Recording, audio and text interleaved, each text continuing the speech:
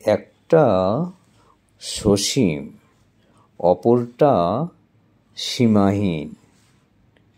চোখের দেখা আর কল্পনার জগৎ।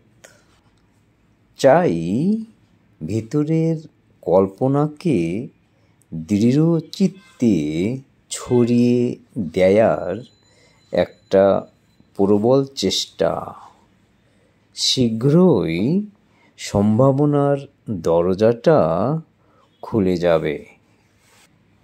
জমিন আর আসমানের মধ্যে একটা অসীম পার্থক্য। আমরা যা যা নিয়ে বেঁচে আছি তার কি কি জমিন থেকে আর কি কি আসমান থেকে তা কি ভেবে দেখার সুযোগ হয়েছে?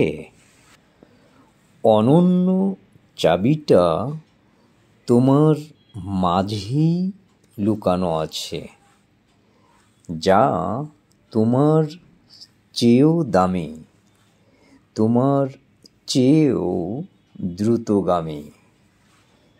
তা হলো তোমার সুন্দর সৃজনশীল কল্পনা শক্তি।